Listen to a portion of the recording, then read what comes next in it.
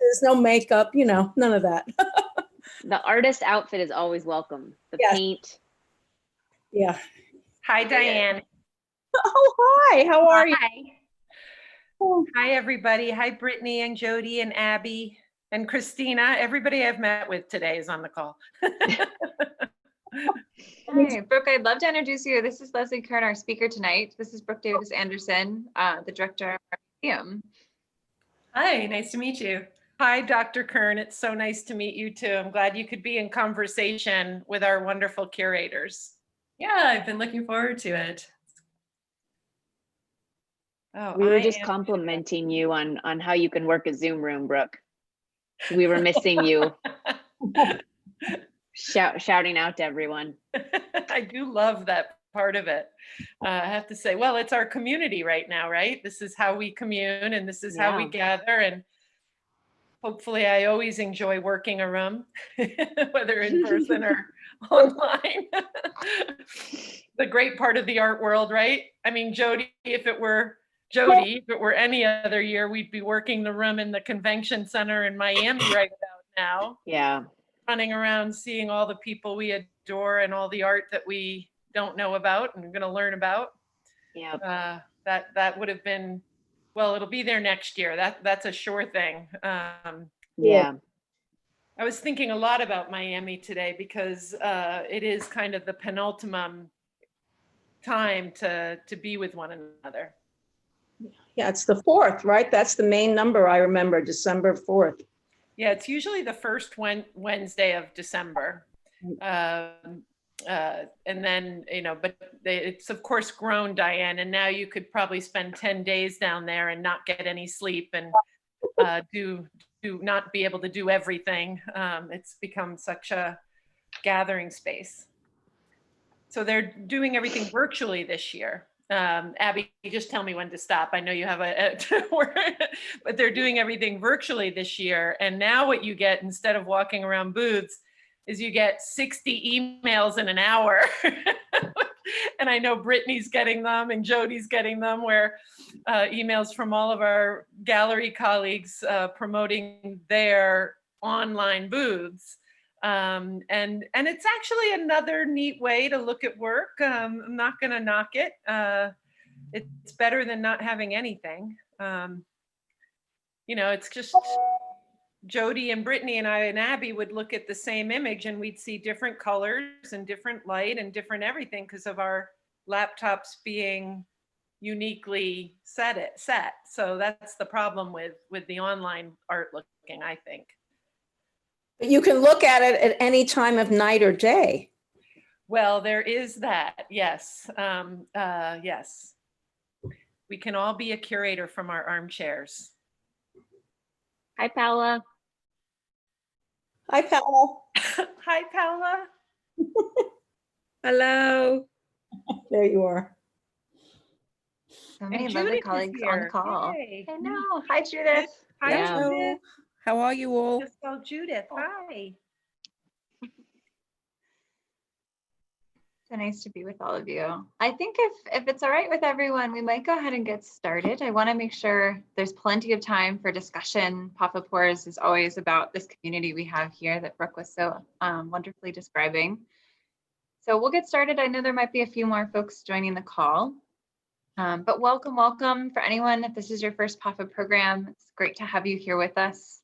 It's so nice to see so many returning faces and colleagues and artists on this call. I'm Abby King. I'm the Assistant Director of Adult Programs here at PAFA. And I'm going to start us off with just some quick housekeeping things, some Zoom room etiquette, and also how I start every program, which is a huge thank you to all of our PAFA members on this call. Thank you all so much for being here and keeping us PAFA strong. If you haven't already, please consider joining. I'll drop a link to that in the chat in a little while. Zoom-wise, I'm going to introduce our speakers in just a second, but just quick Zoom things. I know this is our 100,000th Zoom, but there are some things that change, I've noticed, and some for the better. One thing to note is that we are recording today's program. So if you know of anyone who really wanted to be here tonight but couldn't, we will be uploading a recording of this later in the week to our YouTube channel, which I'll also share a link to. So if you'd like to silence your screens and not be on the recording, know that it's just going to be recording mainly our speakers and our conversation, but it's always worth noting. With that, the schedule of the program is, I'm going to talk for a few more minutes. Leslie Kern, our amazing speaker, is going to be here sharing. We're going to have a little bit of a conversation between our curators and Leslie, and then we're going to open it up to questions. Feel free to drop things in the chat before that point, but know that I'm going to ask you to stay muted unless you're actively asking a question during that conversation, just so our Zoom cameras don't zoom over to you. But feel free to drop questions in, and know that when we get to that conversation part, we'd love to hear from you. If you want to ask questions, just raise your hand virtually with clicking that button, and I'll mention that later so you don't have to worry about it, or just wave us down and we will find you and call on you on the Zoom call.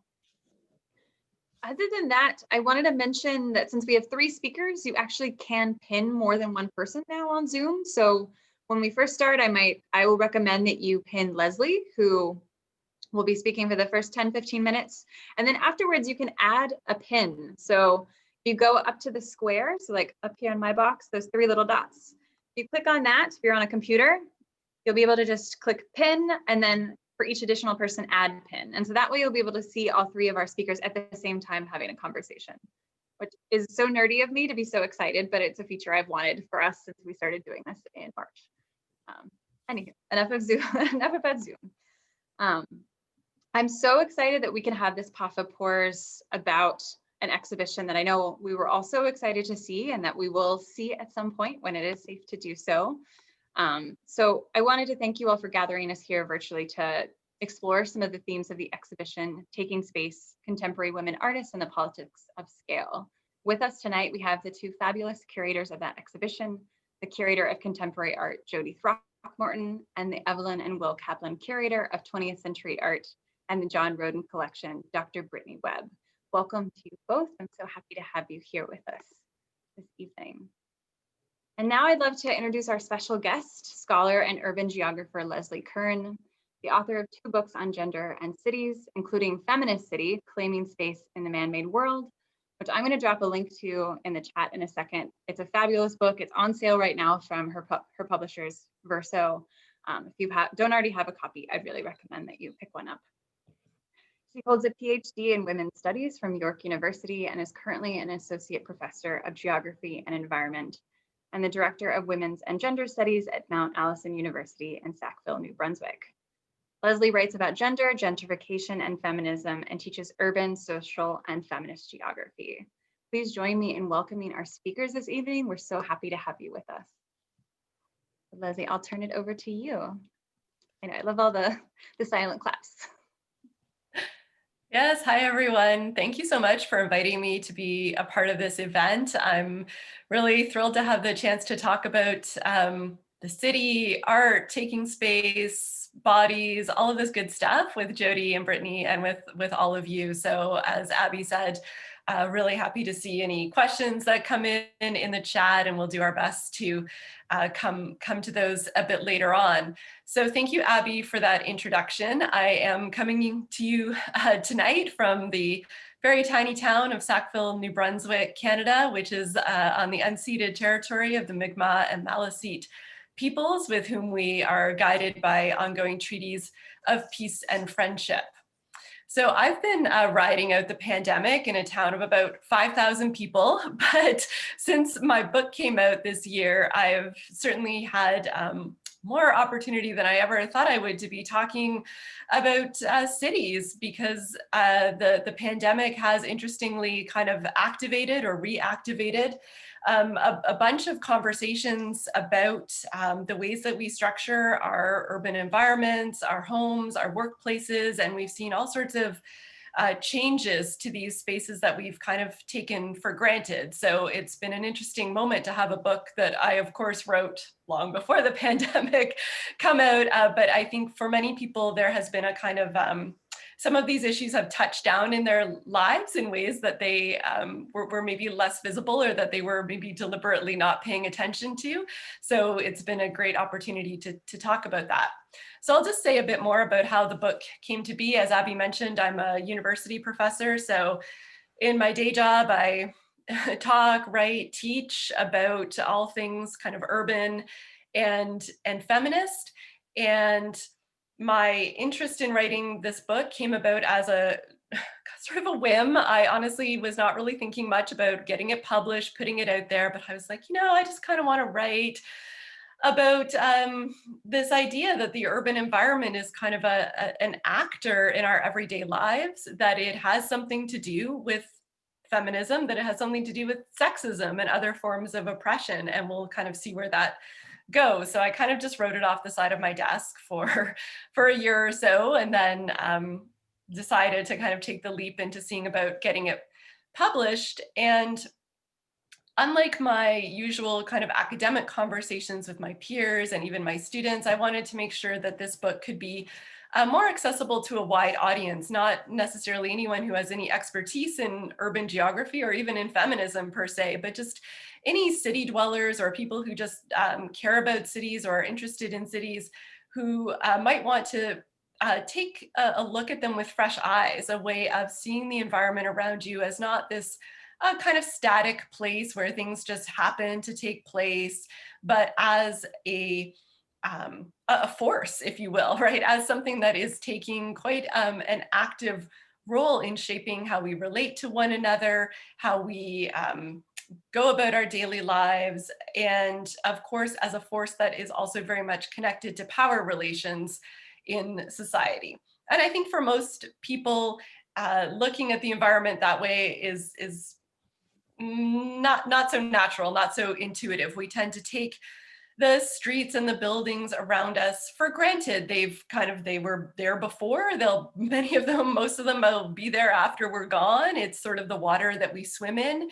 It's not something that we stop to question or to think much about. But once you kind of see it, it's one of those things that you can't unsee. And that's some of the interesting comments that I've had from people after reading the book, is that, oh yeah, now I notice things that I never noticed before in the urban environment. And that was really one of my main goals. So it really sort of pleases me that people took that away from the book. One of the other aims of the book, and I try to accomplish this through telling some personal stories from using my own personal experience. I grew up outside of the city of Toronto, which is Canada's largest city, and then lived most of my life in Toronto and London as well before moving to this little village in the middle of nowhere. So starting from personal experience is a way of trying to connect the everyday world to some of these bigger questions of power and the urban environment. And I think this is, part of a long-standing feminist tradition of starting from everyday life, of starting from things that seem mundane, right? How do you lift your stroller onto a bus? It's a pretty mundane thing, but it is the stuff of real life. And if you start from a question like that, how am I going to get from A to B today? That starts to open up into all sorts of other questions, like, why is the bus not physically accessible? Why does the bus only run frequently early in the morning and then at evening rush hour? Why is the route not taking me towards schools and doctors' offices, but only towards the central business district? Why is somebody rude to me when I get on the bus? Why am I afraid of sexual harassment on the bus? Like, these are just, we could go on and on, right? How, one simple mundane act happening in a person's life can inspire us to ask a lot of questions that are often, I don't think, are asked in the kind of halls of power, which have typically not been dominated by women in most cases. So my urban experiences are obviously not universal. I have a lot of privileges that create certain sorts of invisibilities to me as well. But nonetheless, there's a certain power in writing from your own experience and having people say, oh yeah, that's happened to me, or not quite like that, but this other thing, or for me, as a woman with this particular concern, this is what it's like for me, right? And even for men too. So for example, my brother, who I talk a little bit about in the book, he said to me afterwards, like, that when he rides the subway in Toronto now, he really notices how people access the space, take up space, and use the space in ways that he hadn't before. What else can I say about the book? So yeah, starting from the body as well, I think is it reminds me of what Sarah Ahmed writes about when she talks about feminist theory coming from bodies that don't fit in the world, and she's talking about like queer bodies and women's bodies and gender non-conforming bodies and bodies that are not marked as white. And how when there's that sense of unfittingness, right, and she uses the example of kind of sitting down in a chair that is just not like made for your body, and how then that discomfort, that physical not fitting in the world, again, opens all this space for certain questions to emerge. And she suggests that, you know, a lot of, it's not just kind of descriptive work that emerges from that, but that this is where a great deal of theory is generated. So my book is, I don't think it's highly theoretical, but I take inspiration from that idea that when we notice how we or others don't fit in the world, then we can start to generate questions and some explanations for why that might be. So as I said, at this particular moment, it's a very long moment, this moment of the pandemic, more than a moment, it's a long moment right now. But as I said, this is a time when there is some renewed energy around asking questions about things like public space, for example. So how are we going to use the public spaces of our cities in different ways to take into account the fact that being outdoors may be a safer way to gather with people, but so many of our outdoor urban spaces have not been made really comfortable for this. And in fact, some cases, I think they have been made deliberately uncomfortable for gathering and socializing, particularly for people who are seen as problems like homeless people, youth, people of color, and so on. But in a broader sense, for many people, just simply being and socializing in urban public spaces is it's not something that our cities have really done well in recent years. So we're asking questions about public space. We're asking questions about the home, right? We are suddenly, the home is now a space that is suddenly meant to like fulfill all of our needs in society, our need for a workplace. It's a schoolhouse. It's all of your social relationships. It's mediated through technology. So we're saying, you know, how has the form of housing that we have so venerated, particularly in North American society, the single family home, how's that working for us, right? Maybe not so well. And of course, questions about, you know, the idea of home as a safe space is a very clear feminist question that we have to ask. And the workplace as well is an area that now we're questioning, you know, what are workplaces? Are we going to have them back? What functions do they fulfill? What do we need them for? If we do need them, what are they going to look like?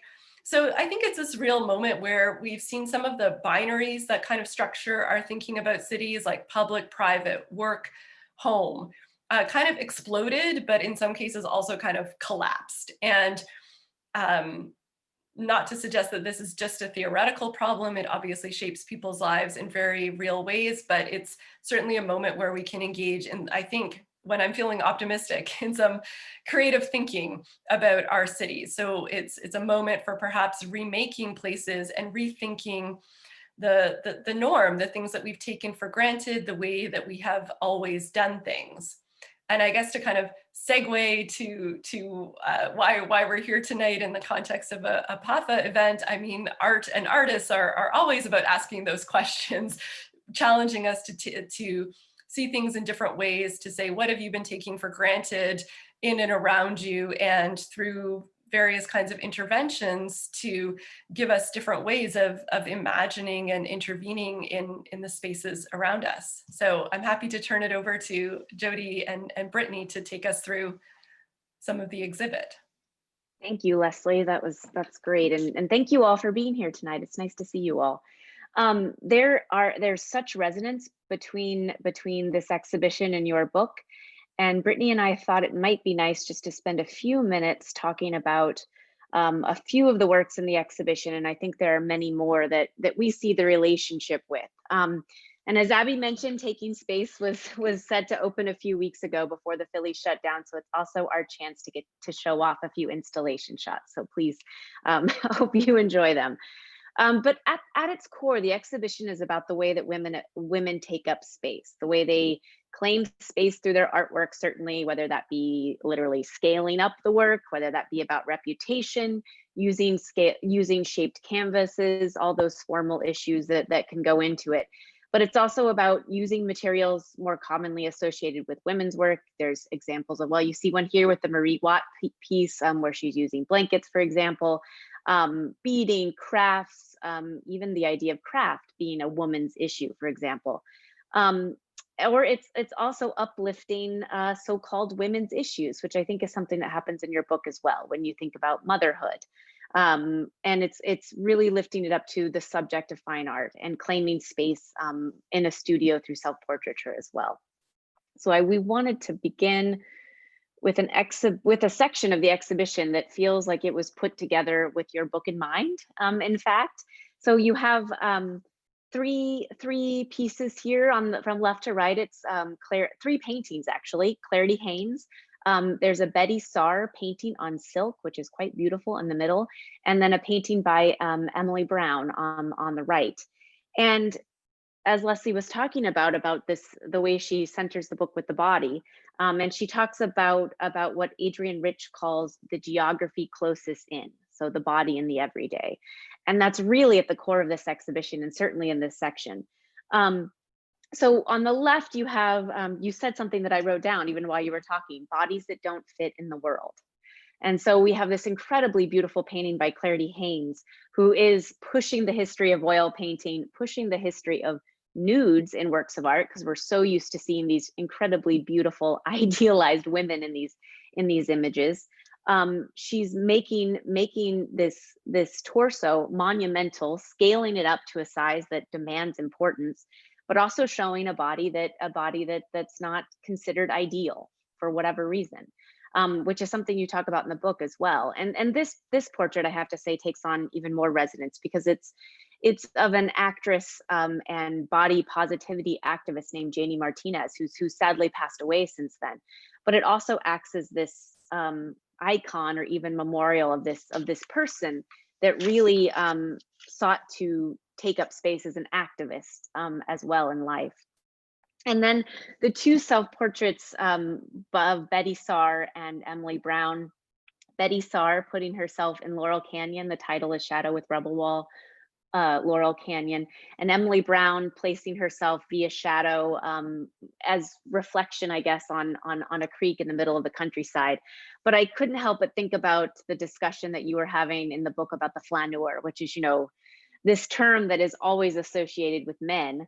But as we think about a woman, perhaps a flaneuse, is there that version in the city, which is maybe something that we can talk about in the Q&A a little bit. But what that also means for women's safety, like is that one of the reasons why the flaneur is considered a male category? But I look at both of these women with their shadows and think about them walking through these spaces of the city and nature as well. And then finally, I wanted to talk about, because one of the things that for me was really eye-opening in Leslie's book was how the world is really formatted for a man's body.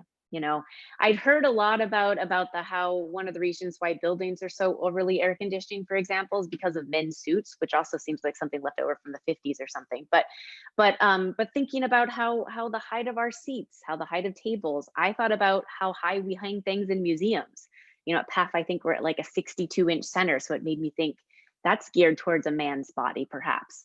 But one of the works in the exhibition is by an artist named Brie Rouet, who makes work according to the scale of her body. So she begins with 130 pounds of clay, which is her weight. It's referenced in the title there. And the maximum reach of her arms determines the dimensions as well as her strength and endurance. So it's all about the physical limits of her body, a female body. So she stands in the middle and she scrapes and she tears and she excavates the clay until frankly she's out of breath, out of endurance, and can no longer go anymore. And then the piece is fired in a kiln, and you have the remnants of this struggle featured in the clay. So it's certainly a reference to land art, or you think about the performance work that Anna Mendieta did, for example, but it's also certainly a refutation of the monumental metal sculpture that we see, that we know of the, you know, of men doing, right? That we think about in our public spaces. And Brittany, you want to take over? Yeah, and so I thought, you know, and I want to throw out a few things. There's a lot of really great work in this exhibition that's about the body, and we also were really cognizant to not only have portraits. Women artists are doing a lot of fascinating work around bodies, both male and female, and and so to think about what it looks like to take seriously those approaches. There's work in this exhibition by the Guerrilla Girls, and one of the sort of hallmarks of their suite of work is asking this question: do women have to be naked to get into museums? And so thinking about the politics of what does it mean to take fragments of bodies, male and female bodies, and to sort of reduce them down to an essence and sort of explore them that way. There's a way this Mira Shore piece does really beautiful poetic work for us in this way. And I also wanted to sort of pull that into conversation with, you know, we have these lovely sculptures in this exhibition by Louise Nevelson, who is really gets celebrated. She has these two pieces on view here, with a painting by Louise Fishman on the right, and a gorgeous abstract piece. And I think that it's really fascinating to think about the ways that her work gets discussed as being as rigorous, as ambitious as the men. That Nevelson's work gets to that becomes a kind of metric for her excellence or for her ambition. Both her work that, if you can think of this as small scale, this is room size scale, but Louise Nevelson is responsible for some of the most incredibly monumental, just really massive public sculptures all over the city of New York, all over the city of Philadelphia. There's a really lovely Louise Nevelson sculpture downtown at 6th and Market. There's another spectacular one in West Philadelphia here on University of Penn's campus. And so thinking about what does it look like to make this kind of monumental architectural work, both in interior space and in public space? How does that contribute to our conceptions of where we expect to see art in the city, what we imagine it should look like? And I also, Leslie, you have this really lovely line in your book about the phallic fantasy of the skyscraper, and that being sort of a feature of urban architecture, that becomes a way to think about what's impressive about modern architecture, that this is something that, if you were traveling across any sort of North American country, one of the ways you know that you are approaching a city is that you begin to start to see these buildings that are very, very tall, that you get clusters of these buildings that are, I think you said something about ejaculating into the sky, which was really just phenomenal. And thank you for that bit of humor, because there is a way that we take for granted that is one way you're in a city, that you're surrounded by giant skyscrapers. That's what marks urban space.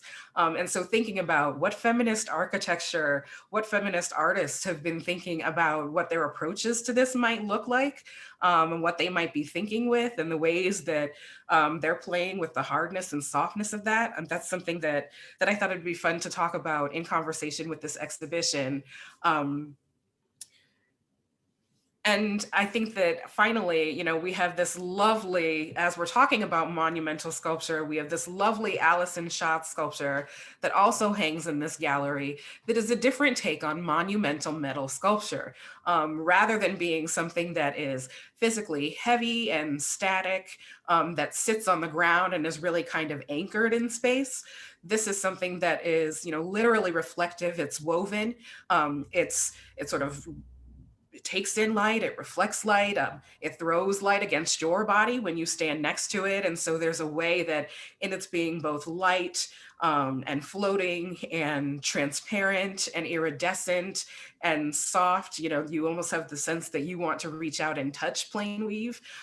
Even though it's made of aluminum and stainless steel, these are not materials that you think of as soft, that will be kind of, lovely and luxurious to the hand to touch. There is a way that it's still kind of enticing despite being monumental metal sculpture, in a way that's sort of unexpected and interesting.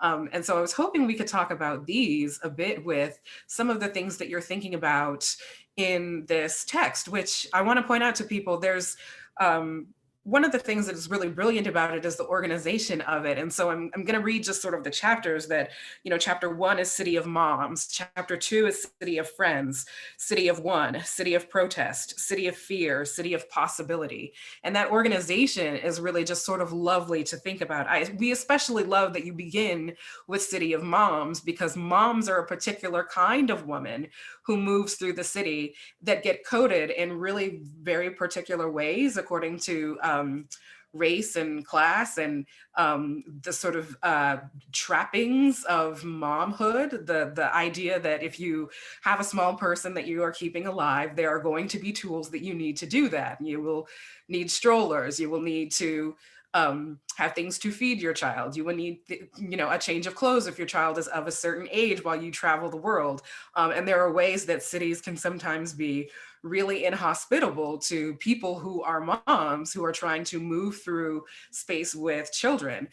We have artists who are also thinking about that in their work and what that means to be an artist who is a mom, what that means for what you make work about, where you make work, how you find time to make work, whether you can maintain a studio and still be a mom, what that looks like in terms of not just the larger philosophical question, but even just managing the nuts and bolts, the logistics, the labor of what it takes to try to manage all of these different kinds of labor in space that you are discovering was not built for you to do that successfully.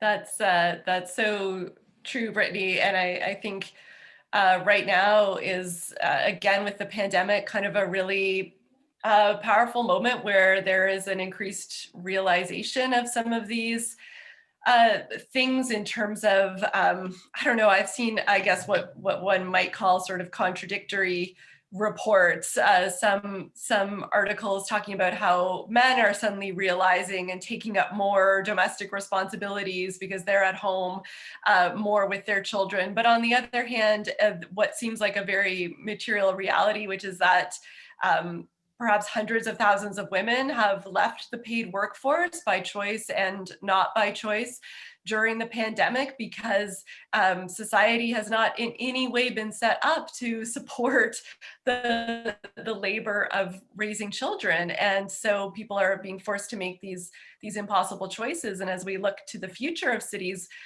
so here in Canada, our Prime Minister, they recently presented a kind of pandemic recovery budget. And one of the things that they said was that they might finally maybe possibly think about a national childcare system. But along with that, they were saying, we recognize that there won't be an economic recovery unless women are able to get back to work or to participate in the paid workforce. And it's not just about having a childcare system, although please, roll that out yesterday, 50 years ago, please do that. But it is also about how our cities are set up in some very concrete material ways to make it possible for women, for everyone to share in that collective care labor and to participate in society in all the ways that we want and need to. Yeah, and I think that there's a really lovely way, if you haven't thought about a lot of these issues from a feminist lens before, this book does a lot of work to sort of help reveal that. I think that your anecdotes, even talking about being arrested at a protest or the experience of the many women's harrowing experiences of just trying to be out in public with headphones on, sometimes exercising, or sometimes just enjoying the city, and finding that every woman has a story about how at some point there has been an interruption or a harassment episode, that this is something that is so common that, Runner's Magazine sort of reports on it as, a surprising number of women have been harassed while running. And women's response to that is, surprising to who? I think that thinking about the public and the private space, domesticity, the idea of, the right to solitude, the right to peace, the right to be left alone, the right to just sort of thinking space, the time and the space to be in the world thinking about whatever, but certainly about in our case, we're always thinking about who is making space for women artists to be able to commit to their practice in a rigorous way. And what does that space look like, both physically in the world, conceptually, the ability to imagine. This is, I think, in a pandemic moment, something that we're all talking to our colleagues about being difficult, because we are finding, I wonder how many women are on this call with cameras off, sort of in a closet or in a bathroom, just sort of scuttled away for just a bit of adult conversation at the end of a tough day.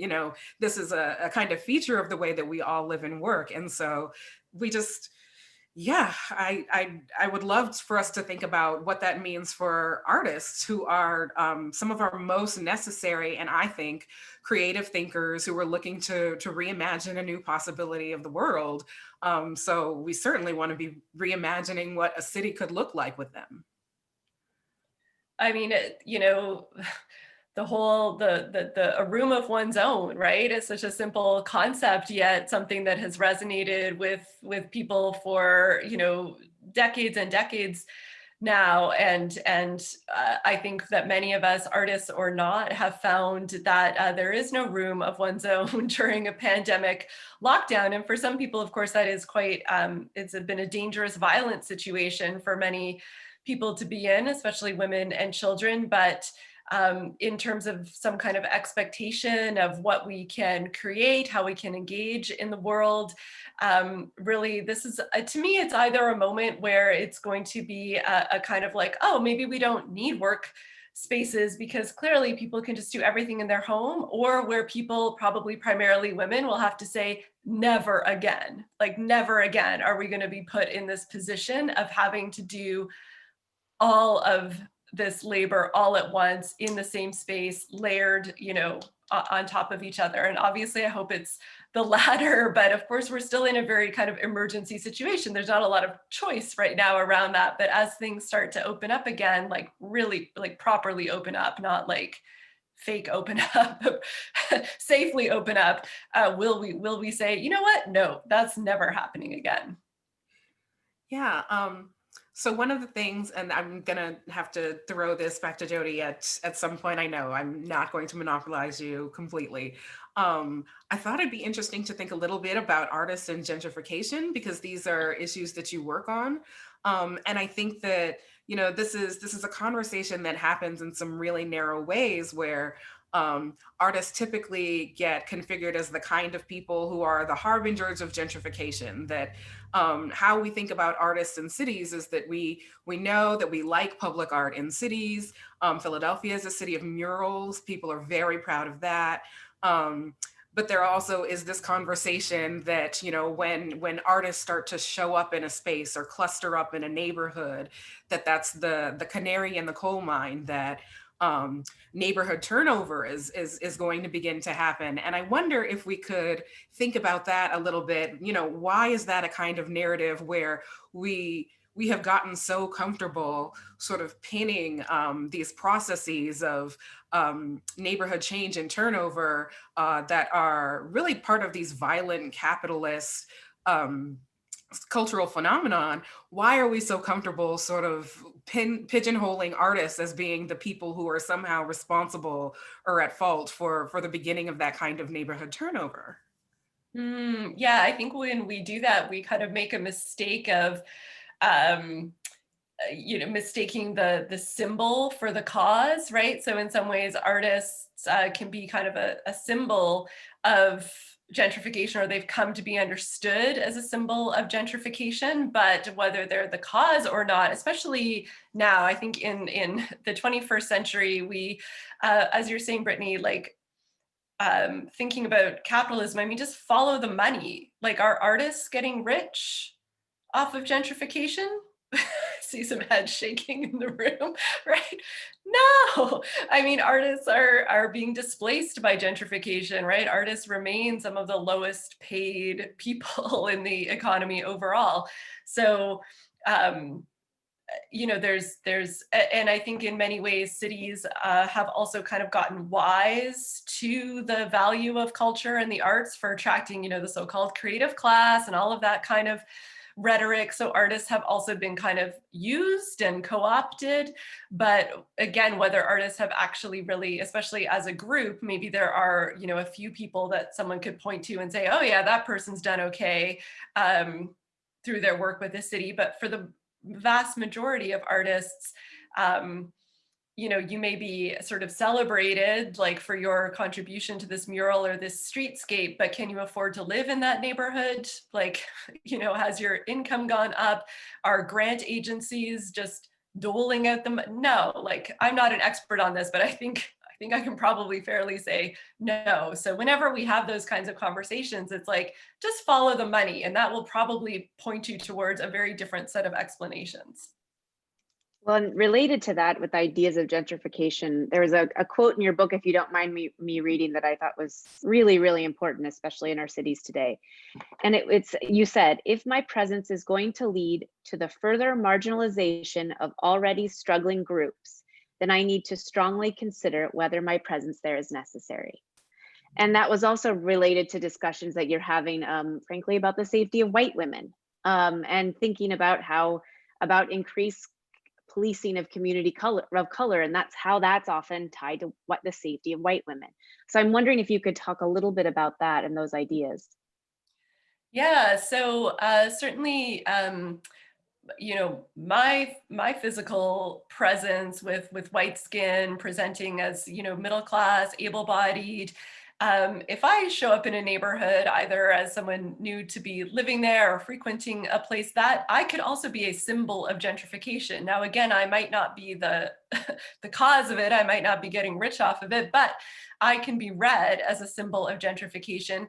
And but as Jodi's pointing out, it is more than that, because again, cities, in their push for revitalization, for creating an image of like safety and vibrancy and so on, can, I think, to my mind, co-opt issues around women's safety in ways that further their agendas of gentrification, of continued racial segregation, of displacement of people, in ways that have done nothing to actually make women safer. And in my book, I talk about research that Alec Brownlow did in Philadelphia, where he found that in the 1990s, the police department was reclassifying various sorts of crimes like sexual assault as just assault, to kind of hide the gendered nature of violence happening in order to create a picture of greater safety. And in Canada, we have a whole crisis of police departments classifying sexual assault all as unfounded, which just means that they've decided there's nothing really to investigate. And again, it just invisibilizes all that violence, and of course does absolutely nothing to stop actual violence against women, either in public or in the home. But all of this to say, at the same time, as a white person with a lot of privilege, I have to, recognize that, like, I can be a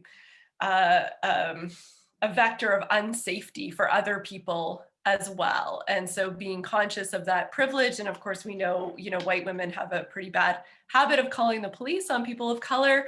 So there's reason why our bodies, our presence might be read as threatening. And it's no kind of easy solution of how to navigate that. But I think, at least being aware of it is one step. And And we have about 15 minutes left, and Brittany and I certainly have more questions and topics of conversation, but with this group here, I do want to make sure, because I know a lot of you like to ask questions and talk yourself. So please, if you have a question, throw it in the chat, raise your hand, or jump in whenever you'd like. Oh, I think we've got a question from Paula.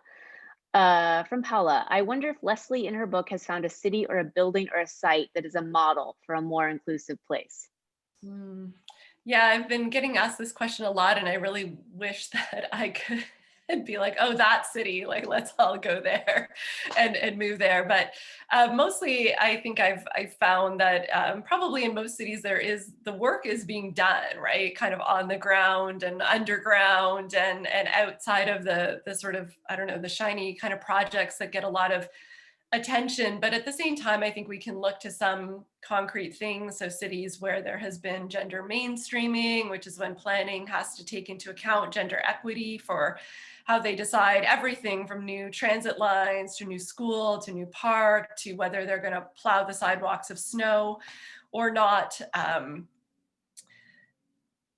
Transportation systems that are being, taking into account gender-based data to recognize the different ways in which men and women's journeys through cities tend to differ. What else can we think about? Different sorts of like housing projects, like co-housing projects, as ways of trying to collectivize some of the care labor functions of the home and to kind of share them amongst a range of households rather than in one household. And some, women's ideas for more feminist spaces and so on have been around for hundreds of years. And it seems like we keep having to rediscover them. But again, maybe something like a pandemic is a moment where we can start to rethink, do we want to live like this? And is it sustainable to live like this? Is it really supporting us in moments of crisis? Is it supporting us in our everyday life? And we've got a great question from Fran as well. I love this discussion and your thoughts about gender equity and intersectionality. The stroller metaphor is one that the disability community uses a lot to encourage able-bodied people and empathy. How does this relate to your thesis of urban planning in the body? Yeah, thank you for that question. Certainly my experience trying to navigate with a stroller was a moment where I had to recognize, oh yeah, you've had all this able-bodied privilege for so long that you haven't ever had to think about how people with disabilities navigate urban spaces or simple things like getting on the bus. So that was certainly kind of my experience as to kind of a wake up call for me. But I think disability is a really, so when we think about what sometimes people ask, well, how can changes to urban space really affect society, really affect social relations? And I think about the disability activism of, the 60s, 70s and beyond to reshape urban space with everything from curb cuts to ramps, elevators, accessible buildings. That allows a major social change to happen, right? The greater acceptance. I know we are not at a state of, perfect acceptance of disability, but just allowing the physical presence of disabled people in urban spaces changes social perceptions of disability, makes disabled people part of democracy, part of society, rather than being hidden away in institutions and so on. So to me, disability is one of those areas where we can really tangibly see how when you change space, you can change society.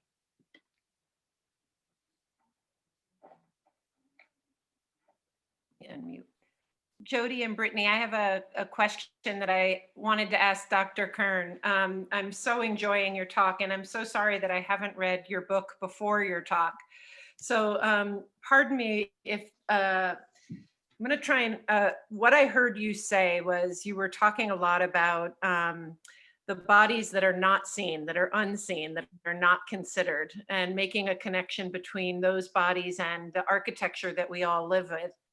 And I was thinking a lot about Frank Lloyd Wright, who is an architect who considered the body, maybe a standardized body, the standardized scale, and the dimensions of his architecture, which was, of course, then followed by many other architects, probably mostly male architects, in pretty quick succession, were all based on that 6-foot kind of circumference of the body.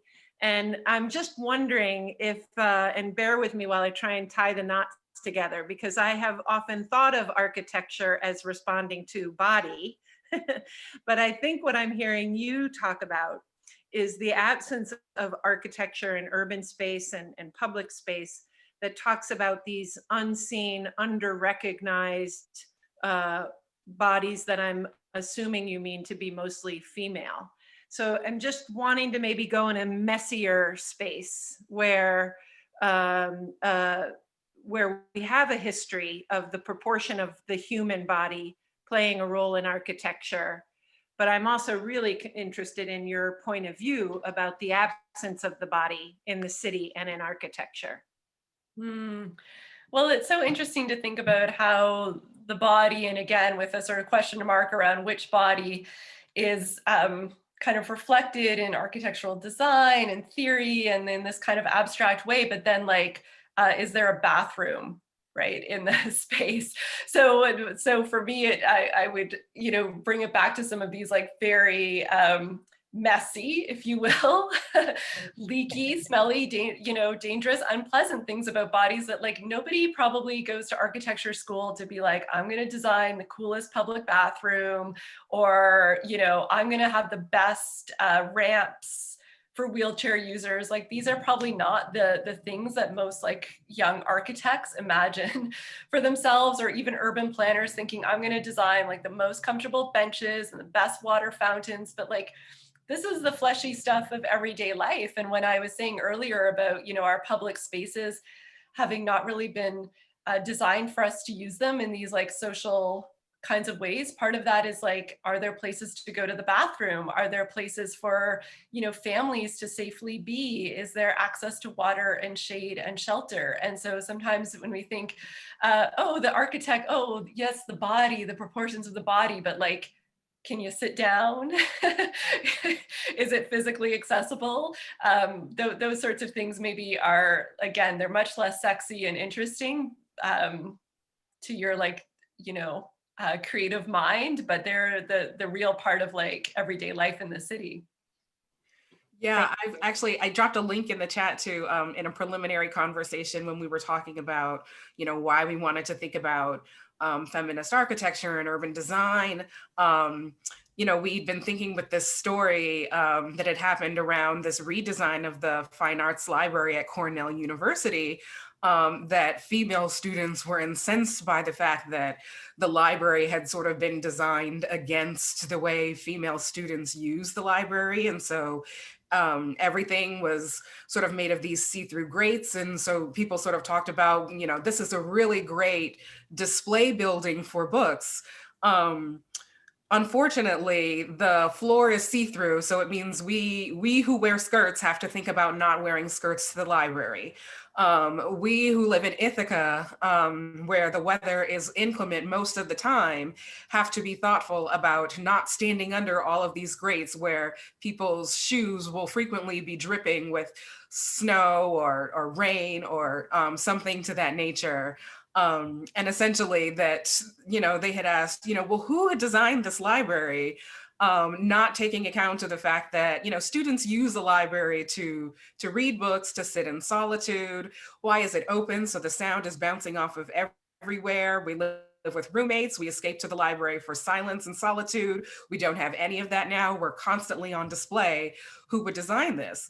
And it turned out it was a faculty member in the architecture school at the university. And so it's really fascinating to think about all of the ways that still in real time, in the real world, that you have in this instance, the core user of this space, the overwhelmingly female student body that is saying, how did you manage to design a space for us that is so inhospitable to us that now we don't actually want to use it? Can I ask a follow-up question? I had a question I wanted to ask that kind of piggybacks it on this particular moment.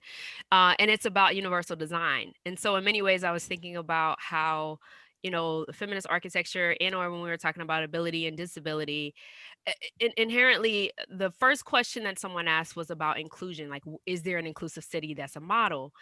And I kind of want to scale that question down to following behind Dr. Webb's like apt observation about Cornell is like, if there's not a city, is there a building that's a model of inclusive design, which I like to think about as universal design? And if not a building, I'm excited about the potential of, is there a block? Because then maybe that's a scalable model of a kind of city. And so I guess that's my question. Two things, like when you think about this work and the construction of a feminist city and or a universal design idealized space, is there a building that you think about that stands out as the best example of this, and or is there a block within a city? I don't have, thank you for the question. I do not have a great answer to that question, but maybe others on the call have some examples that they could share or would put in the chat. Someone just suggested the Getty. Fran just suggested the Getty. The Getty Museum in LA, I'm assuming. Bathrooms everywhere and no stairs. Oh, okay. I think Lee's or Dr. Modigliani's comment is a nice example too in the chat of an artist. I mean, not a block necessarily, but of a cultural practice that seems applicable to what you're talking about. Excuse me. Yeah, sorry, I'm just reading the comment. And yes, Laura Rainsborough is here in Sackville. All roads lead to Sackville. We love to say here, all roads lead to Sackville. Yeah, I mean, I think, again, not to keep harping on the pandemic, but I think we've seen the way that different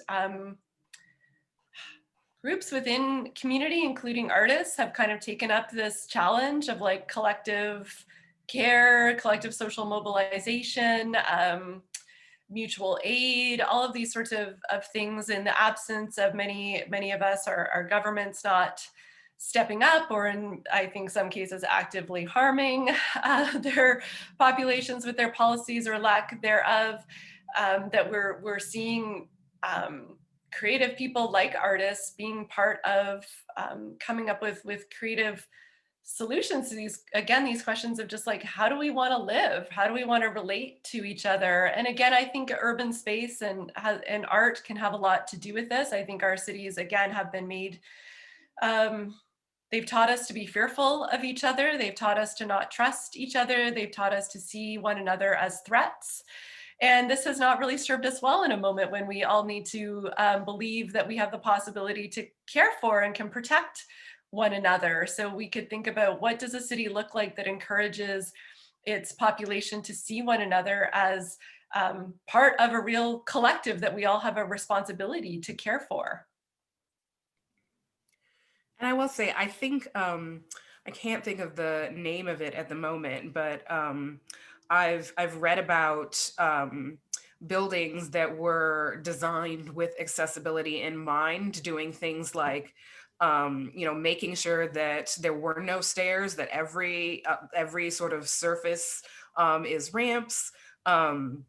I watched a short documentary about a building where they were thinking about people who were visually or audio impaired or hearing impaired. And so they did things like, every room had motion censored lighting. So lights came on into the room as people approached rooms. All of the surfaces were mirrored. The idea was that if you can't hear and you can't tell when people are approaching you, it's helpful to have reflective surfaces in the building surrounding at all time, because you can always see, if someone is coming or going near you. And there were all these sort of features that people had thought about.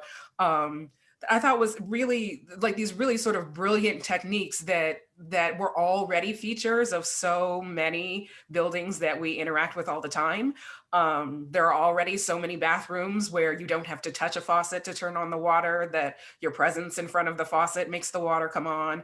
And so there were a million sort of little things that they had done in this way, that making sure that all of the doors had sound sensors on them, so you could always hear when doors were opening or closing. And I do think that there are probably examples where people are working on this in ways that are really creative.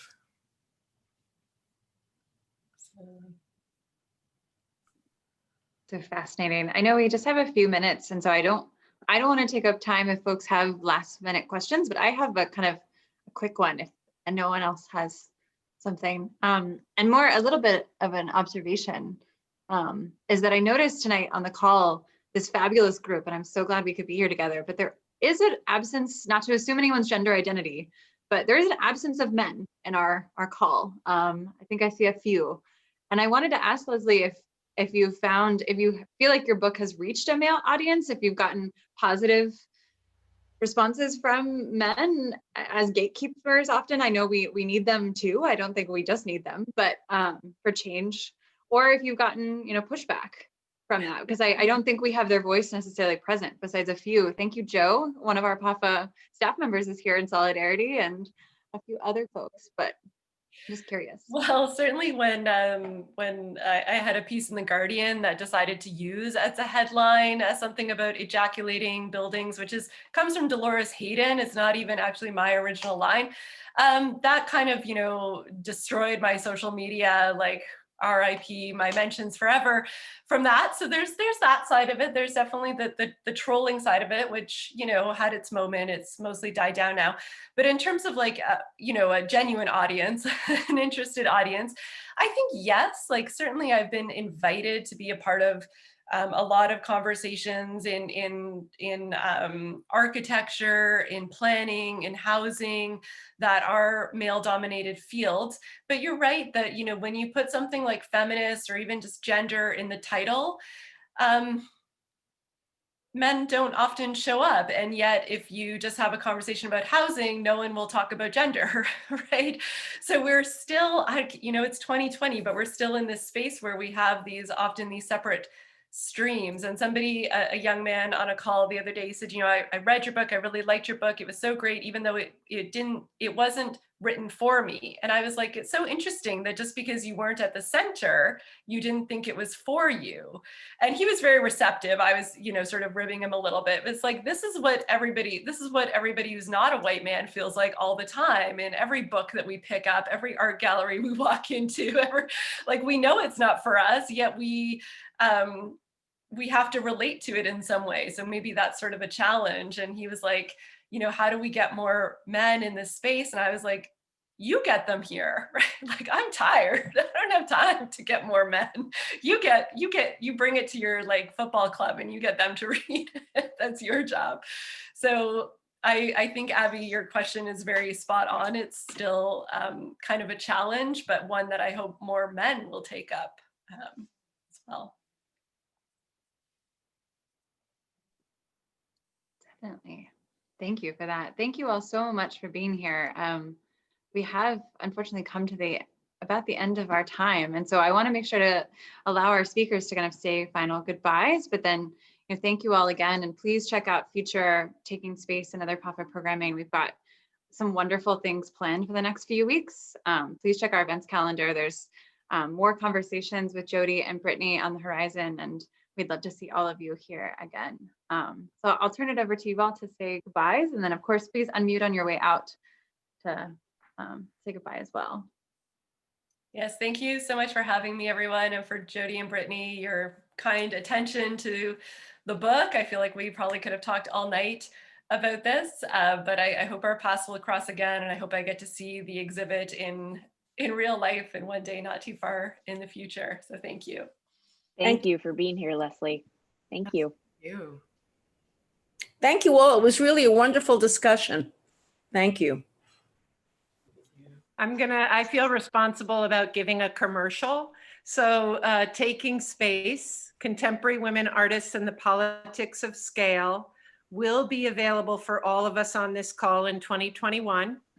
Can't promise the opening date because I want to ask all of you to wear masks, physical distance, stay home, tell your friends to do the same, tell your loved ones to do the same so that museums can reopen in Philadelphia.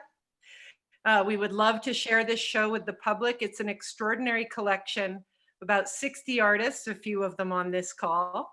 And I do need to applaud Jodi and Brittany for just one of the most beautiful shows I've seen in a long time, where everything is from the permanent collection at PAFA, and that really merits underline and bold text. Everything is from the permanent collection at PAFA. And much of it, as Brittany researched and found out, was acquired in the last 6 years when Jodi Throckmorton, I was just about to call you Dr. Jodi Throckmorton, where Jodi Throckmorton started at PAFA, proving that who you hire matters to a legacy when you're building a museum collection. And we might not open in January, but we will open, and there will be ample time to see the exhibition in 2021. Please be in touch with any of us who work at PAFA, our website, our social media, to find out when you can see this really beautiful show. And congratulations to the artists on the call who are in the show. Everyone. Thanks, Brooke. Feel free to unmute and say goodbye. We'd love to hear from you on your way out, not just see you. Stay safe, everyone.